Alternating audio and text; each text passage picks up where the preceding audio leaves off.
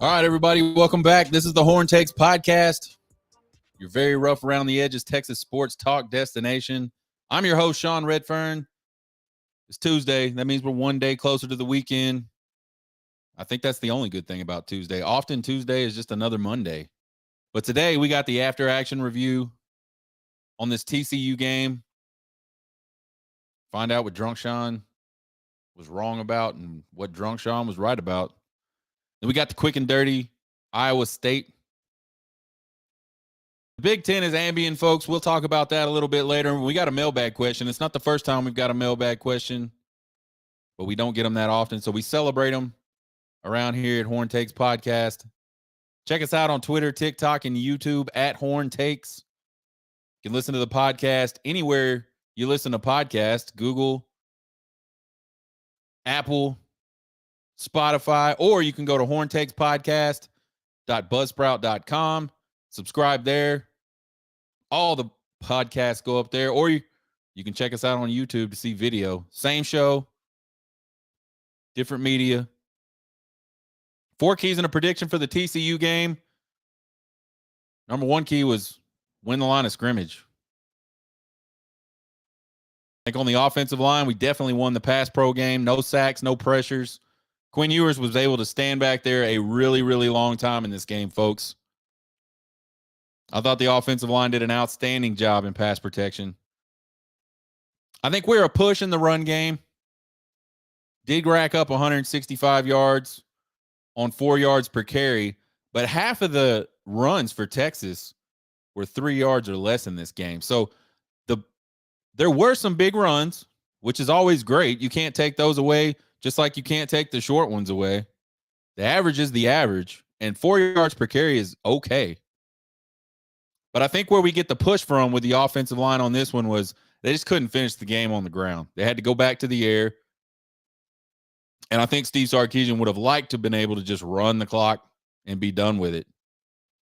Defensive line definitely won their line of scrimmage in the run game.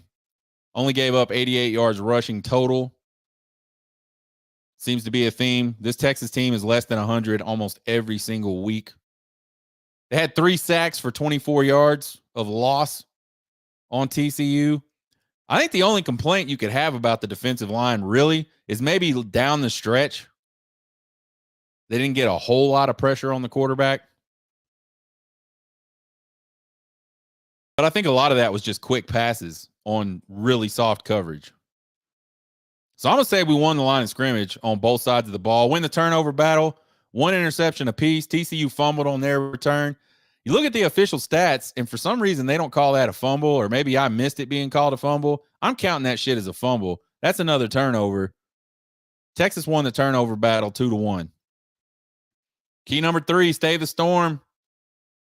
Texas racks up 26 points by halftime and then scores 3 in the entire second half. Texas had yielded 6 points at halftime, 0 in the third quarter, and then they give up 20 in the fourth quarter. I don't think you could argue that Texas stayed the storm in this game. 2 out of 3 ain't bad so far. Key number 4 was be right on the back end. Do not see how that is possible. They gave up 302 yards passing on 66% completions. 211 of that 302 yards was in the second half. And again, we saw the soft second half coverage. We saw breakdowns in that coverage. I don't think you could argue that Texas was right on the back end. And it cost them again in having to see another, clearly blowout game turn into something much tighter than it ever should have been. So Texas goes 2 for 4 on the 4 keys for the game against TCU. They ended up winning the game. So maybe they get like a bonus half, 2.5 out of 4. I don't know. Offensively, 482 total yards for Texas. Quinn Ewers had 317 yards passing on 66% completions, a touchdown, and an interception. I thought all in all, he looked pretty good, man. For a guy coming off that type of a shoulder injury, I think he performed really well, and he got better as the game went on, in my opinion. I thought he missed some easy throws early. There was a dump off to Worthy on the first drive that he missed pretty bad. The deep ball that got picked, I don't know if that was an arm strength thing, like a shoulder strength thing. I don't know, but it was way short. Worthy had that guy beat bad. And it was just a really, really underthrown ball. Let the safety get back in on the play. I think there was the easy touchdown to Adonai Mitchell to start out the second quarter. That was a bad miss.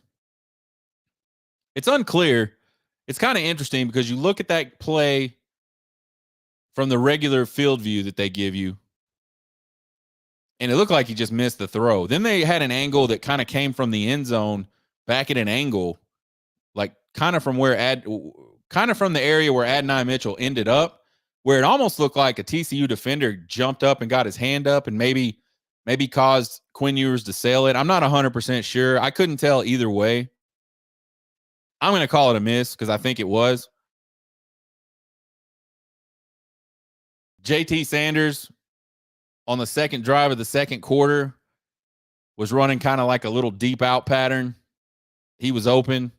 Ewers missed him. So early on, there was some plays where he just didn't look quite right. And we talked about that on the show last week.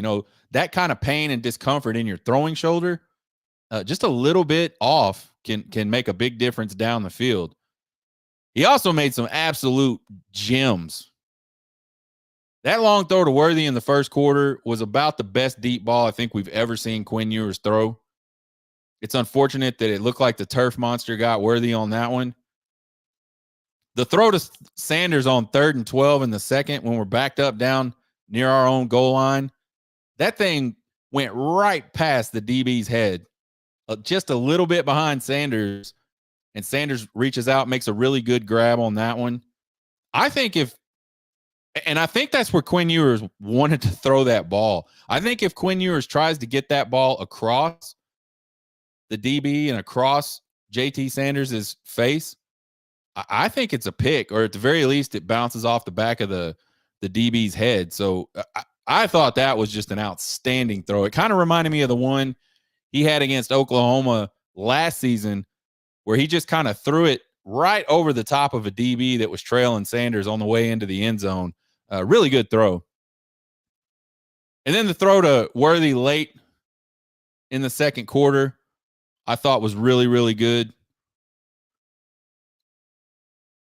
All in all, I just don't think Ewers was 100%, but he was good enough. He had really good numbers, didn't cost the team outside of that one throw. Thank God, Jordan Whittington. Thank God, Xavier Worthy kind of bailed him out on that one. Jonathan Brooks racks up his 6th 100-yard game of the season. 21 carries on 104 yards and 2 touchdowns. Average 5 yards per carry, 3 catches for 74 yards. Man, this dude just does it all. We've been calling the catalyst all season long, and that's exactly what he is. Xavier Worthy, man, what a hell of a game by Xavier Worthy. 10 catches, 137 yards.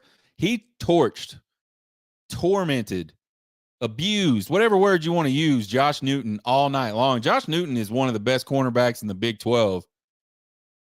And he just really, really, really outplayed him. And when he wasn't beating him, he was inducing flags. A couple really big flags against Newton that ended up extending drives. Adonai Mitchell, 3 for 61 and a touchdown. Man, this guy is just a nightmare for defenses down at the red zone. I'm really glad to see Sark trying to take advantage of that more. And then you can't talk Adonai Mitchell in this game without the big catch he makes late to ice the game. JT Sanders, 4 catches, 47 yards. Texas was perfect 4-4 in the red zone. They struggled on third downs in this game, only 4 of 13. Big drive midway through the fourth to go up by 16. I thought that series of downs where it was all runs, I think they ran the ball like 8 straight times, and then Bert Auburn hits a 49-yard field goal. Took some time, got them to about halfway in the fourth quarter, and set them up with a really big lead. Defense only gives up 390 total yards, 88 on the ground, 302 through the air. They did have the pick. They had 3 sacks all by the defensive tackles. You got to love to see that. Sweat, Broughton, and Carter. Trill Carter finally. I can't remember if Trill Carter has got himself a sack yet this season, but he certainly did in this game. It was late, and it was at a big time. Jalen Ford had 9 tackles. Ant Hill had 8 tackles. I thought the only blemish on Ant Hill's game, he got caught in the same bad run fit on TCU's first touchdown of the fourth quarter, that 17-yard touchdown run that he did in the Wyoming game, that very first touchdown that Wyoming scored, and the only touchdown that Wyoming scored. He just kind of got sucked in, and then he couldn't get out in time to meet the linebacker in the hole. I don't know if that was to me, it looked like it was a breakdown, from his perspective in run fit. He just wasn't sure which gap he had. It looked like the defensive tackles pinched and had the A gaps. He should have scraped out to the B gap and been right there to make a play. He just didn't do it. He ran right into the back of the defensive tackle. So I don't know if that was just a miscommunication or just a mental mistake. I really don't know. But it certainly cost him a 17-yard touchdown run. Other than that, Ant Hill was great. He was active. He was all over the field. He made tackles. I thought Terrence Brooks looked pretty good in this game. 1 tackle, 1 interception, 1 pass breakup. INT came at a really opportune time. Allowed Texas to have another drive right before halftime where they went in and scored. Defense was good on third down, 3 for 11. Mostly forced field goal attempts in the red zone. They had a really nice goal line stand in the third where they turned TCU over on downs. So again, when this defense is allowed to be aggressive, when the cornerbacks are playing up, when they're playing man coverage, they're really, really good. It's when they get into these situations where the coverage backs off, it's soft man or it's zone coverage. That's where this defense runs into trouble. Special teams, not a whole lot to talk about in this one. Bert Auburn was 2 for 2 on extra points. Did have a failed 2-point conversion on a bad snap. It was interesting because I don't know what I was doing. I had walked away for a minute and came back and just saw the end of that. And I looked at my wife and I said, please tell me they didn't just fake that shit. She thought they had. And then I saw a replay and you could clearly see it was a kind of not a bad snap, a mishandled snap. So let's not blame that on the snapper. I thought the snap was good. Just got a little bit mishandled. They were 3 for 3 on field goals. So Bert Auburn comes up nuts again in the field goal department. And if we're going to keep playing in these games where we get big leads and then piss them away, all those Bert Auburn field goals that we can get are going to be important. Final thoughts on this game, guys. Games are 60 minutes long. And I think there's nothing more to say about it than the potential of this team is never going to be reached if the team and the staff don't start believing and living that like every single day. I think it's real easy to say, oh, the team, we get a lead and the team gets, unfocused. They lose focus. They stop making plays. Man, I just didn't see a lot of that. I don't feel like I saw a lot of that in this game. I don't feel like I saw a lot of that maybe in the last game where this happened either. I just think, and like most things, the truth probably is somewhere in the middle. You're going to have people that say, "Oh, it's the players. They're not finishing the games." You're going to have people that say, "Oh, it's the coaches. They're changing the game plan, or they're not doing the same things they were doing that were successful early." It's probably both. There probably are some areas where the players themselves could be better. There probably are some areas where the coaches could be better. I know for sure that the defense, the philosophy change that happens when this team gets a big lead on defense is killing them. It's absolutely killing them. I just don't get why you would think that something that worked for a half brilliantly the last 2 games would just suddenly stop working it in the second half. I mean, these teams aren't getting close to making a play on Texas in the first half. And then they look like the 2019 freaking LSU Tigers in the second half.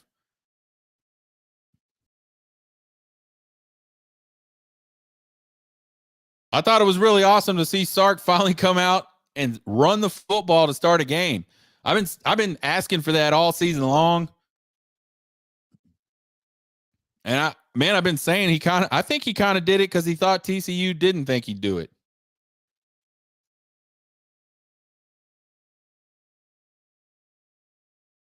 Didn't end up really working out that drive, but that's okay. I think the problem is against this 3-3-5, you got to attack it downhill or you got to attack it off the edge, and you got to do those things quickly. You cannot run all these, really slow developing zone plays against that type of defense because all that defense is really doing, and I've said this before, I used to coach my son when he was, hell, I don't know, 5, 6, 7 years old, maybe a little older, maybe right in that age range in flag football. I coached him like 3 or 4 years in a row. And what we taught our kids on defense, what you'll notice with those kids, you can line them up anywhere on the field. As soon as they see the ball, they all want to run right to the ball. So you get all your kids in this one little, it's kind of like soccer. You get all your kids in this one little area, and then all you need is a little bit of speed to get outside of that, and it's a touchdown, right? So what we taught our kids was, we would put them in those positions, and we taught them to build a wall. And we would practice this like religiously in practice. You just move with the carrier. You don't go at him. You don't go backwards. You just shuffle with the carrier, and you just get a little closer on him, and you just sort of surround him, and then somebody pulls a flag. And we were really successful with that. And that's really all this 3-3-5 is designed to do, is keep all the stuff in front of you, keep everybody's eyes in the backfield, and you just kind of build a wall. And so unless you break through that wall really quickly, or the offensive line is just perfect on a given play, it's really hard to consistently move the ball against that on the ground. Like, to the running back, he gets the ball and he just sees like a massive humanity. He sees all these purple jerseys. He sees all these white jerseys. There's very little daylight in front of him. And by the time he might see some space and try to get to it, it's kind of too late. That wall just kind of closes in around him.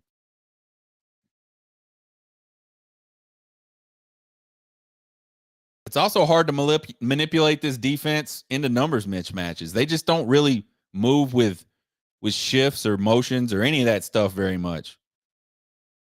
It's very much like the big difference that you'll see in this defense is the depth of the linebackers, the depth of the safeties.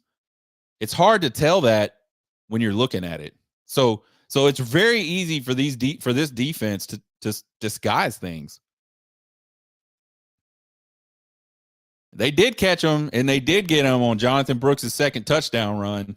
That was really cool. They ran some motion across the formation. Excuse me. They ran some motion across the formation, and both the inside linebackers moved with it, and the deep safety moved with it. And then they ran zone right the opposite direction. And it was really cool because there was a little wrinkle on this zone play. And if you'll notice it, you saw it a lot later in the game. The backside tight end, in this case, it was Sanders, I believe, just kind of slid against the formation, slid against the zone blocking scheme, and just got a little pick on the backside, just a little seal type block. And that's what really sprung Jonathan Brooks. What they did basically is they took more bodies and put it where they wanted to go, and just had that little insurance on the backside because they knew they couldn't block the backside to keep that backside pressure from collapsing down on him as he tried to make that cut up through the center of the field. So I thought it was a brilliant move by Sark to go to that blocking scheme. And they did catch him out of position. And that was one of the only times I remember seeing it. Just so happened they hit a long run for a touchdown on it. Looking ahead, Iowa State, they were the first Big 12 team to really start using the 3-3-5 a lot, and they're really good at it. So Texas got to be ready for that again. And we've seen them struggle. We've seen them struggle in both the passing game and the running game against it this year. I think Sark, I found, we talked about it a couple weeks ago. When Sark says we're a running team, that means he wants to run when he wants to run. It doesn't mean that's what we're going to do. And Sark really wants to pound the rock in the second half with big leads. And I just think, he's going to keep doing it because you don't know you can't do it until you find out you can't do it. But I feel like the offensive line is just not consistent. And we saw it at times in the second half of this game. That drive where they kicked a field goal, their last points of the game. Eight runs in a row, something like that. 2 or 3 first downs on the ground. That was beautiful. And then they just stalled. So I think, the key needs to be for Sark, especially in the second half, is take what they want to give you. There's going to be situations where they're going to say, you're not running the ball. And Sark's got to be willing to do something different there and not try to force that.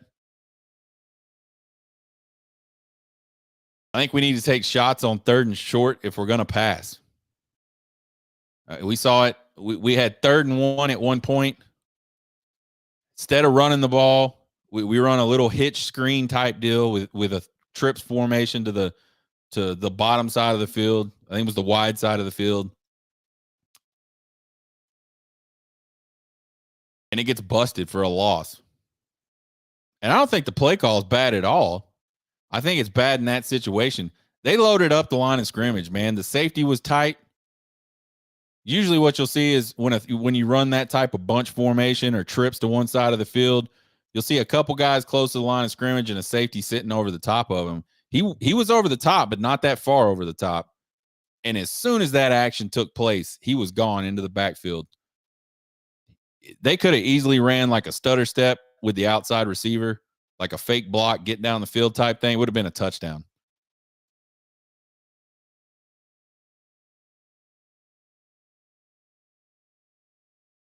Coach PK, man, I think this dude needs to sack up, man. 211 yards passing offense allowed in the second half. That is terrible after you give up 98 in the first half. And this, one time is okay, man. Like sometimes teams are just going to be better than you. But this is the second week in a row we've allowed over 200 yards in the second half after absolutely dominating on defense the entire first half. It's too much zone coverage.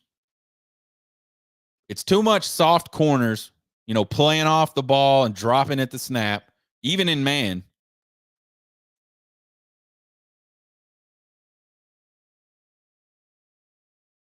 Dance with the one that brung you. And what got you to that point in the second half of having that big lead and your defense looking so good was not all this deep zone shit where everybody gets lost and these crossing routes. The throws are just too easy.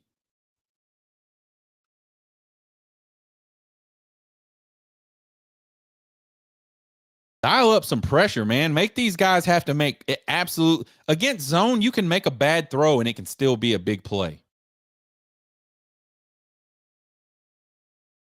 Against man, you make a bad throw and it's probably not a completion at the very least.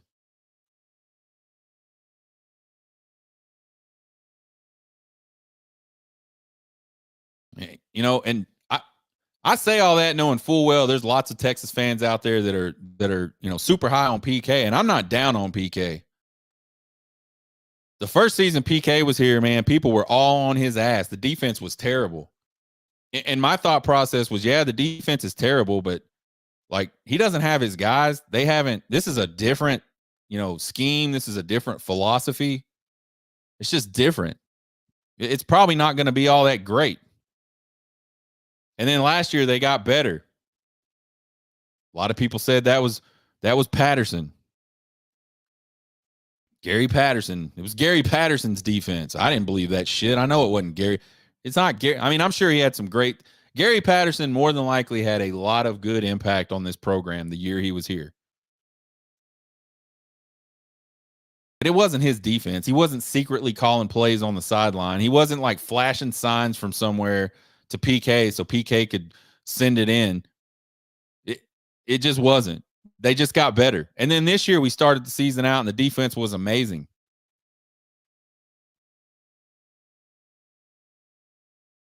And in halves, it's amazing this year. And it's generally the first half. But you still got these people that they're not seeing the forest for the trees. We're one of the best in points per game in the country. We're one of the best on third down. We're one of the best in the end zone or the red zone in the country defensively. All those things are true, but you know what? They'd be absolutely elite in points per game if they just stopped going soft in the second half and giving up tons of points. They'd be elite on third down if we just stopped being soft and giving up easy throws underneath on third downs. They're literally great in the red zone because you can't go soft in the red zone. You got to play in front of people. They can't run past the back of the end zone. And most of the time, when they get backed up down there and they start running man again and they start putting pressure on the quarterback from everybody other than the front four, the results are generally good. We saw it against TCU in the second half. We saw it against K-State in the second half.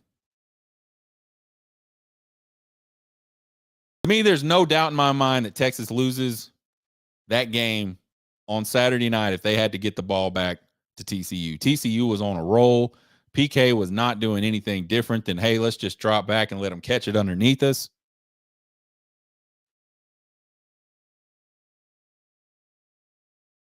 Lott's team did a great job of settling in after a little bit of shaky start. And then they ended up dominating the first half and really that second quarter.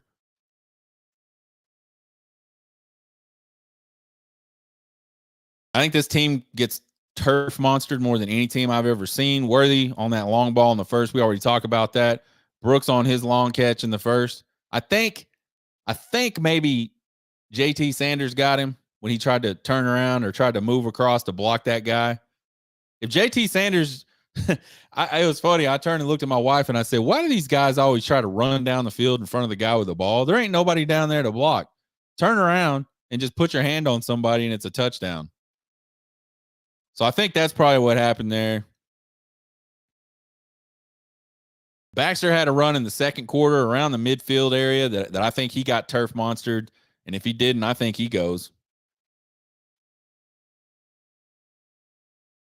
So that was three big ones just in this game that all prevented touchdowns. Some of them they scored a touchdown anyway. I think they scored on all three of those drives. But that was just this game. We've seen it a lot this year. It was good to see Texas win on some of those key drives. Remember that stretch we had against Oklahoma? That stretch we had against UH? Saw it some in the K-State game where they would score right at the end of the first half. They would score right at the beginning of the second half. And then in some cases, they scored right at the end of the game. Well, Texas flipped the script on TCU. They scored a touchdown on what should have been their last drive of the first half. TCU gets the ball back with 1 minute and 2 seconds, 3 timeouts. Plenty of time against, the PK balloon. Don't cover anybody. Let them throw it underneath for 40 yards of chunk defense.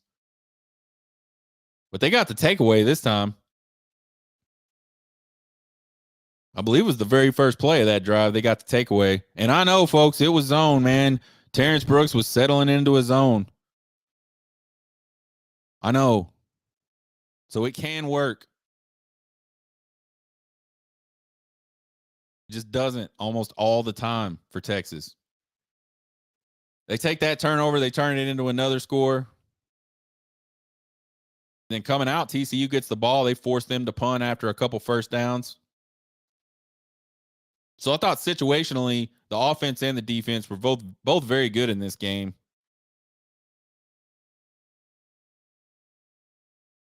Brooks was going to be the leading rusher by an underclassman in Texas football history by a lot if he stays healthy.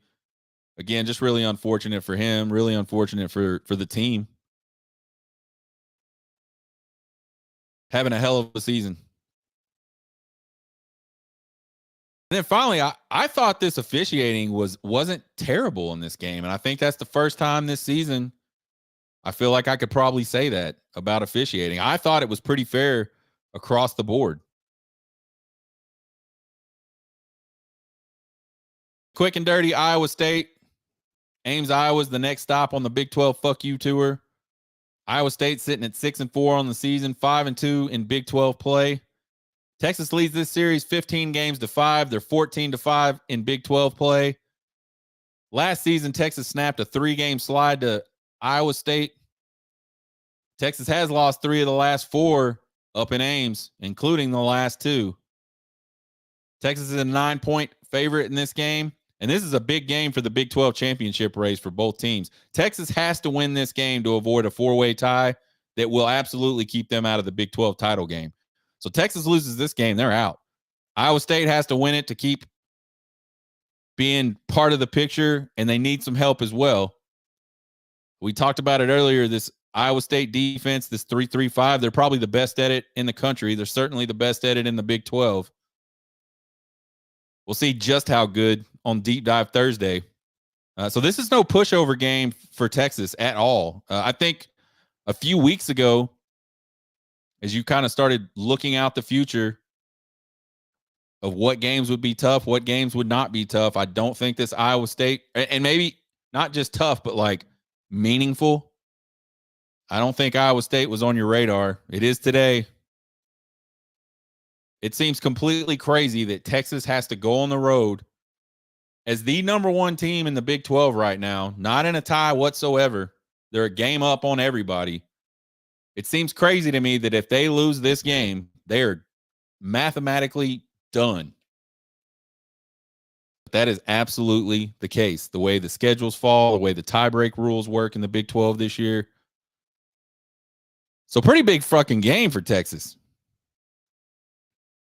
I mean, this is I know this is going to sound crazy. From like a goals perspective for this team wanting to go and win the Big 12 championship game, this is the biggest fucking game of the season. Heading up to Ames, Iowa this weekend.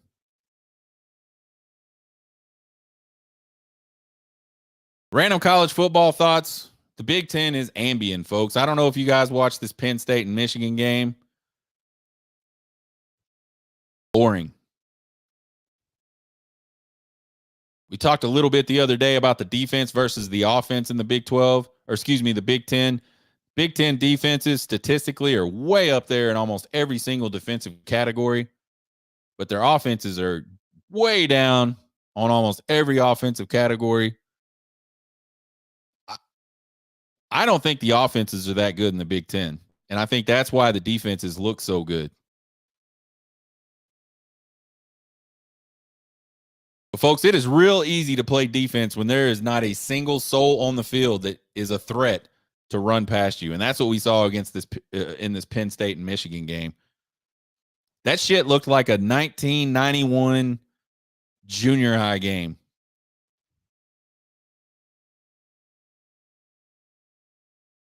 Like they just lined up with 22 dudes within 5 yards of each other and just pounded the ball at each other the whole game.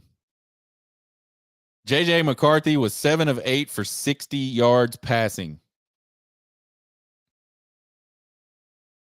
That Alar kid from Penn State, 10 of 22 for 70 yards passing. That was 2 of the best teams in the Big Ten. That was Penn State's opportunity to get back in the conversation for the college football playoff.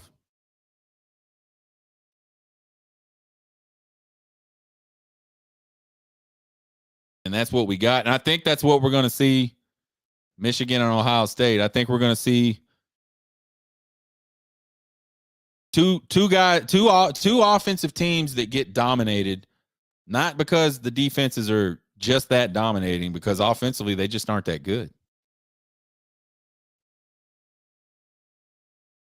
I think when all these Big Ten teams start getting in their bowl games, they're not going to. That defense is going to get exposed a little bit.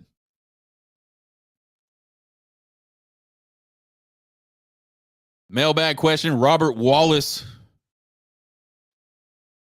asked, with Ewers only a sophomore and Murphy a freshman, how does the Manning situation play off? Excuse me. Let me rephrase.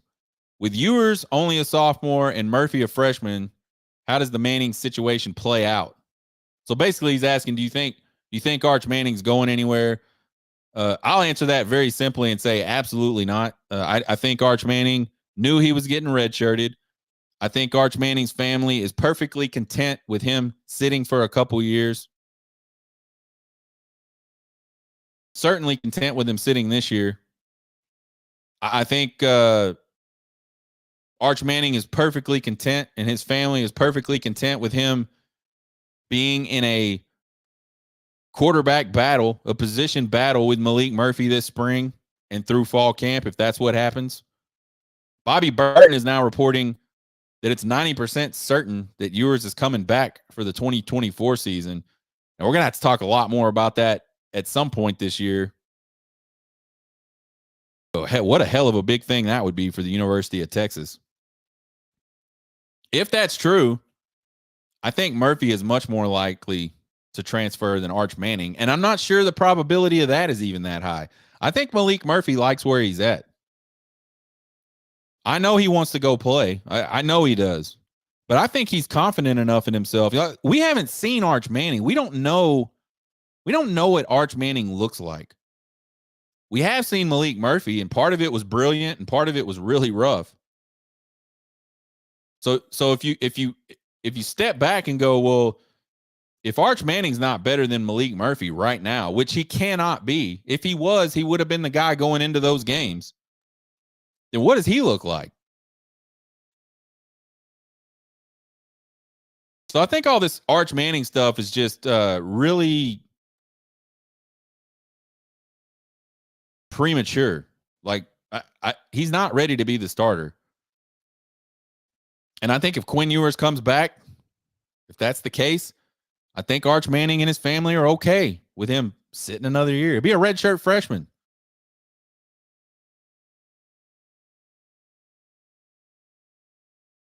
So I know there's all this noise on Twitter.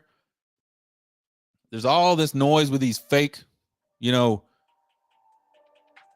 fake media outlet accounts about Arch Manning and how he's going to transfer. I just don't think it's going to happen.